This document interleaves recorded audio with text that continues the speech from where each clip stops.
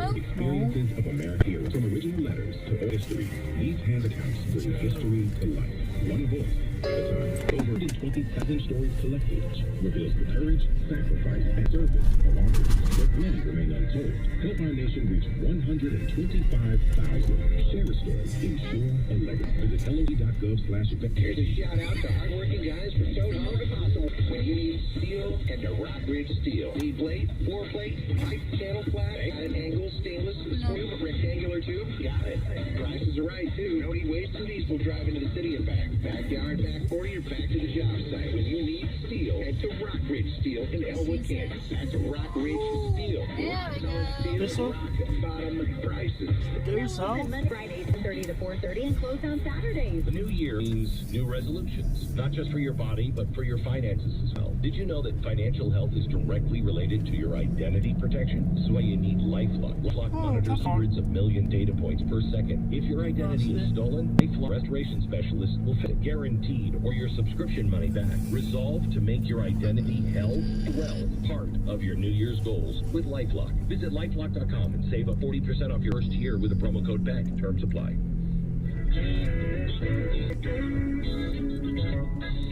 Do you suffer from talking on the radio phobia? No problem. Send us a tweet at #AgTalk. Welcome back to AgriTalk on this Monday afternoon, January 5th, 2026. Let's get the conversation with today's guest analyst going. Jared Creed, JC Ag Financial Services, LLC, Elite Ag Insurance. You know, I'm not saying that it changes every time you come on the show, Jared, but this isn't the first rendition of your company name. What's the status now?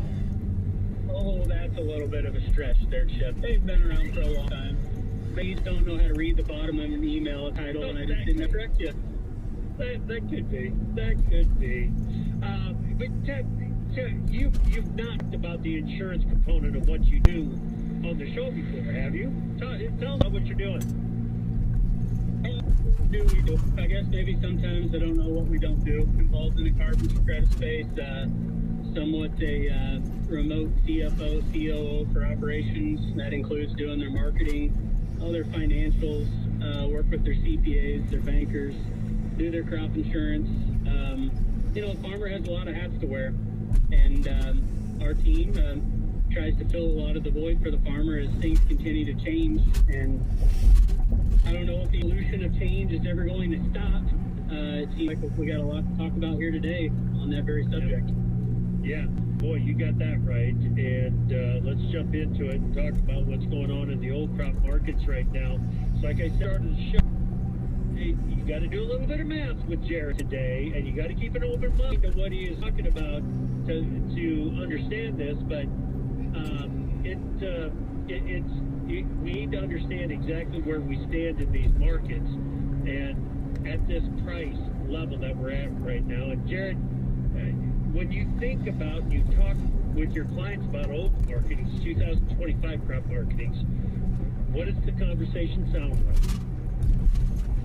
Well, we're to the time of the year where people need cash. There's no doubt about that. And in today's input cost environments, a lot of folks, as they sit down across from their banker, their CPA, they're figuring out the reality that the inventory on hand, the cash that they have received, the prices that they can sell, it just doesn't match up to what our cost of production has been for the last 12 to 24 months, and really doesn't show a lot of positive outlook into next year. However, there's still, you know, in agriculture and a lot of other businesses, I firmly believe there's a value in at least feeling good about what you're doing. And half the battle there is understanding the complete story. So obviously we've had what I would consider more than anything a demand-led move in corn for the better part of, you know, pretty much 6 months now. Maybe not quite 6 months, call it since end of August. But I mean, does it ever feel like to you, Chip, that old crop corn market on a continuous corn contract? I mean, we're within a nickel of the highest we've been since May. The fact of the matter is, it doesn't feel like it, but what we are. So it's probably a situation here that the farmer still might be a little hesitant in letting this go at the same type of pace of the demand that we have for the product. But there's more to the eye than just the grain price that the farmer has access to today.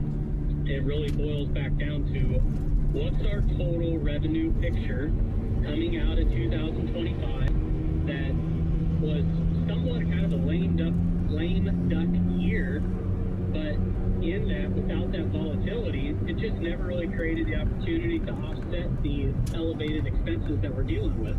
And a handful of things that I'm talking about is just stacking up the revenue from what appears today to be a very generous, wide open government checkbook that, no secret, not all of that ends up in the farmer's hands or remains in the farmer's hands.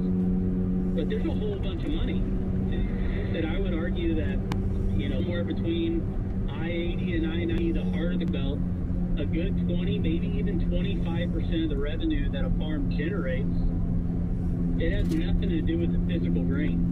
And we're not going to see it, over the next 9-10 months in total. Yeah. And that is part of the issue right there.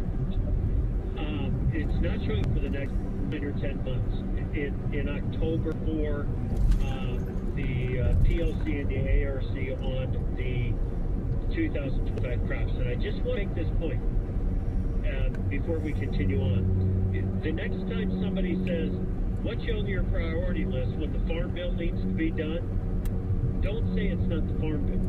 Because if they would have gotten this farm bill done on time with the increases on the reference prices, those increased reference prices would have been in place not on the 24 crop, but on the 23 crop. And if I'm just saying, delay that farm bill for 2 years, recovery or deepen this valley in farm revenue by 2 years, Jared. Yeah, just to play devil's advocate, I'm not disagreeing with you here, but the gov checkbook's been open for a period of time here, and I think we're becoming accustomed to two things. The more, this sounds so bad to talk about it this way, Chip, but the more artificial revenue that is generated outside of physical grain is doing nothing more than making it easier to plant more stuff. U.S. farmer gets a fit across the table from the banker. The financing decisions are less risk to go around. Therefore, the farmer just plants more stuff. And the follow-up to that is when you plant more stuff, it just is a higher risk of diminishing volatility. And I could think about what unfolded in 2025, specifically in the state of Iowa. I get here in a week, we're going to final state-by-state production, final quarterly stops in production, so on and so forth. But I'm not so sure that market wouldn't have been much more volatile, much more enamored with the southern rust that we've seen. There was a tremendous amount of uncertainty that was going to hold in the marketplace, and it just never mattered this year. Well, why? Because we planted a hell of a lot of corn acres outside of just the state of Iowa. And when you plant more stuff, it just takes some of the edge off of, production potential scares. So there's some good and bad in all this, but I don't disagree. We need to get a farm bill done. I want to be a little at the moment. It's like, let's catch our breath for, a better part of 12, 18 months and wrap our minds completely around all the wild changes that happened in the big, beautiful bill. And I should probably just rattle those off, Chip, because I think that it's lost in transition for many, because it's not, for years, if a Title I county or PLC grant paid, well, it was just maybe gravy on top or signs of really, really hard times. But what do we get from the big, beautiful bill? Kind of a recap. First, this year, farmers getting to hire Art County or PLC. Second, payment limitations per eligible entity goes from $125,000 to $155,000. Art County trigger event went from 86% up to 90%, and on top of that, the max Art County payment went from 10% to 12%. On the PLC side, pretty darn easy, just an increase to the reference price from $4.20 to $4.42 on corn. Wheat went up like $1.30 from $5 to $6.30. I might have those wrong, so don't quote me on that. Soybeans jumped by a good 60, 70 cents. All of those collectively created arguably the best safety net that the farmer has had access to for years. On top of that, the big beautiful bill dictated changes at the RMA level for further increased subsidies to the area-based programs, specifically FTO, ECO, MCO. On top of that, additionally, extended the beginning farmer-rancher benefit in the eyes of the RMA from 5 years to 10 years. If I wanted to bottle all that up here for just a second, and I'm sure we'll get into this in a second segment, Chip, if I'm a 95 million acre corn farmer and 90 million acre soybean farmer, and I've got a next generation coming to me as well, all the changes that happened this summer means two things. Transition has not slowed down. It needs to be sped up. And secondly, I don't know if I'm doing a whole lot of anything in marketing today. Now, that's got to be taken with a grain of salt. But if I stacked up four things in front of the farmer, said, put this in order of importance, picking four random pieces, managing my cost of inputs, doing my grain marketing, selecting my farm program, and selecting my crop insurance. Chip, your show's been based upon grain marketing for better part of, I don't know, a decade now. Well, guess what? Marketing is the bottom end of those four pieces right now. Until or if prices move to a level that the ball is now in the court of the farmer and their marketing decisions become more relevant. And that is all cyclical. Every program has different times. My grain marketing, my farm program, and my crop insurance are all impacted by the Board of Trade, but none of them are intertwined.